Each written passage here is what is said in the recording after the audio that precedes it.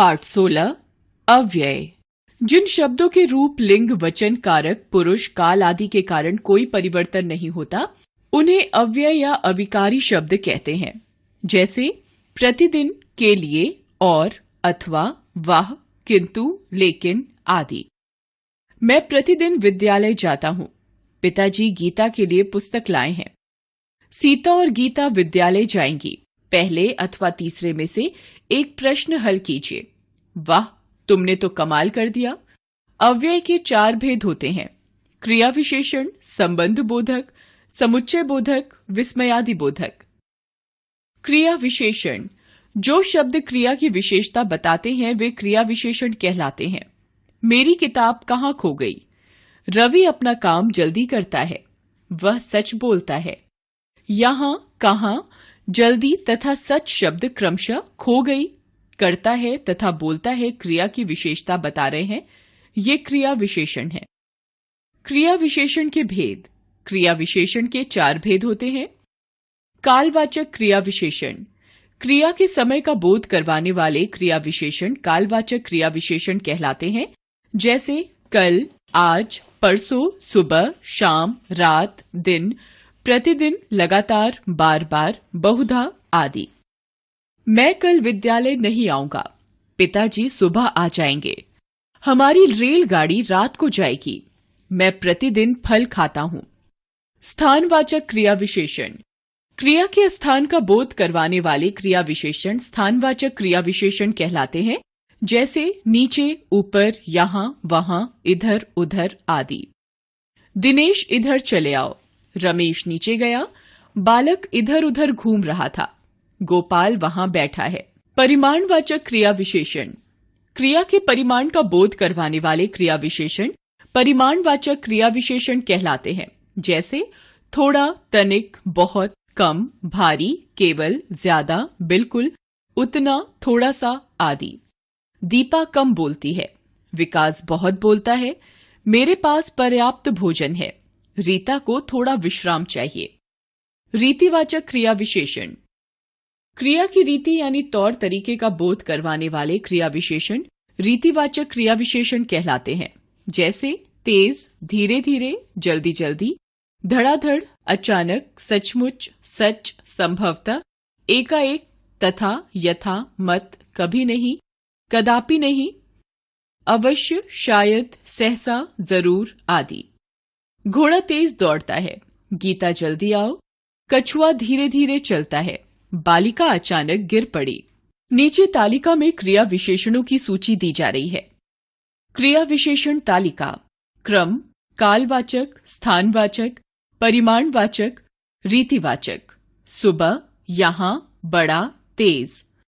प्रातः, वहां, छोटा, धीरे धीरे। सायं, इधर, थोड़ा, सुस्ती से। परसों, उधर, बहुत, फुर्ती से। आज, सामने, तनिक, जल्दी। प्रतिदिन, नीचे, अधिक, देर से। रात, ऊपर, ज्यादा, ध्यान से। दिन, कहाँ, इतना, तड़ातड़। सप्ताह, किधर, उतना, धड़ाधड़। मास, जिधर, मोटा, सचमुच। संबंध बोधक: जिन शब्दों द्वारा संज्ञा या सर्वनाम का वाक्य के अन्य शब्दों के साथ संबंध स्पष्ट हो वे संबंध बोधक कहलाते हैं। जैसे घर के बाहर अभिलाषा खड़ी है। मंदिर के सामने पीपल का पेड़ है। मेज के ऊपर पुस्तक रखी है।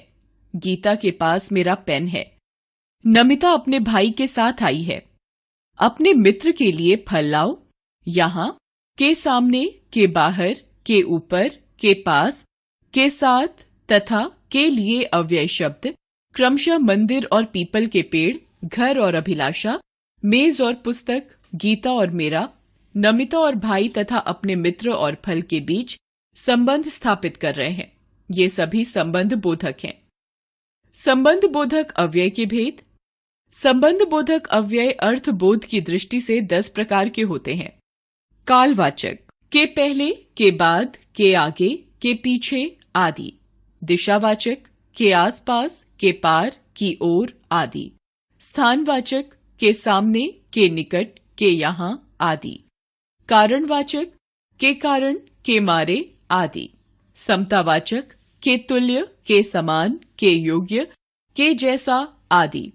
हेतुवाचक के द्वारा, के सिवा, के अतिरिक्त, के कारण आदि। साधनवाचक के माध्यम, के हाथ, के द्वारा आदि। तुलनावाचक की अपेक्षा, की तुलना में, के जैसे आदि। विरोधवाचक के विपरीत, के विरुद्ध, के प्रतिकूल आदि। संगवाचक के समान, के संग, के सिवा आदि। संबंध बोधक एवं क्रिया विशेषण में अंतर। क्रिया विशेषण केवल क्रिया की विशेषता बताते हैं, जैसे मोनिका अच्छा नाचती है।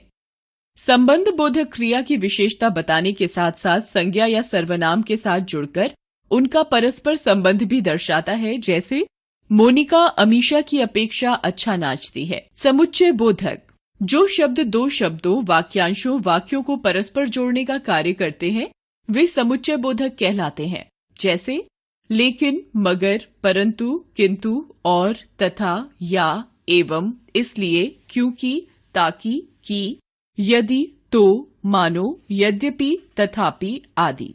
प्रतीक तेज भागा मगर गिर पड़ा। माता और पिता हमारे पूज्य हैं। गिरिजेश या सजल गीत गाएगा। वह पढ़ा नहीं इसीलिए अनुत्तीर्ण हो गया। व्यक्ति को परिश्रमी ही नहीं बल्कि ईमानदार भी होना चाहिए। यद्यपि वह वृद्ध है तथापि दौड़ लेता है। विस्मयादि बोधक जो शब्द आश्चर्य, खुशी, दुख, हर्ष, घृणा आदि भावों का बोध कराते हैं वे विस्मयादि बोधक कहलाते हैं, जैसे अरे, वाह, शाबाश, हाय आदि। वाह, कितना सुंदर उद्यान है। अरे, यह गिलास कैसे टूट गया। हाय, यह क्या हो गया। शाबाश, इसी तरह बढ़ते चलो, जल्दी चोटी पर पहुंच जाओगे। बाप रे, कितना भयानक सांप था। विस्मयादि बोधक के भेद। विस्मयादि बोधक के प्रमुख भेद होते हैं आश्चर्य बोधक, अरे, हैं, सच आदि। आशीर्वाद बोधक, जीते रहो, शाबाश, बने रहो, सुखी रहो। हर्ष बोधक, वाह, बहुत अच्छा, बहुत सुंदर, धन्य। शोक बोधक, आह, उफ, ओह। प्रशंसा बोधक, शाबाश, वाह, अति सुंदर। घृणा बोधक, थू थू, धिक, छी, धत। क्रोध बोधक, अरे, चुप, भाग, हट, चल। भय बोधक, हाय, बाप रे। इच्छा बोधक, काश, अच्छा होता। संबोधन बोधक, अरे, सुनते हो, अजी। चेतना बोधक, सावधान, बचो, हटो। अनुमोदन बोधक, ठीक, बढ़िया, अच्छा, हाँ आदि। आपने सीखा अव्यय शब्द सर्वनाम, वचन, कारक, क्रिया आदि के कारण नहीं बदलते। अव्यय के 4 भेद होते हैं, क्रिया विशेषण, संबंध बोधक, समुच्चय बोधक और विस्मयादि बोधक। क्रिया विशेषण शब्दों से क्रिया की विशेषता पता चलती है। संबंध बोधक शब्द संज्ञा और सर्वनाम का वाक्य के अन्य शब्दों से संबंध बताते हैं। समुच्चय बोधक अव्यय 2 शब्दों या वाक्यों को जोड़ने का काम करते हैं। विस्मयादि बोधक शब्द वाक्यों में हर्ष, दुख, आश्चर्य, शोक आदि भाव प्रकट करते हैं।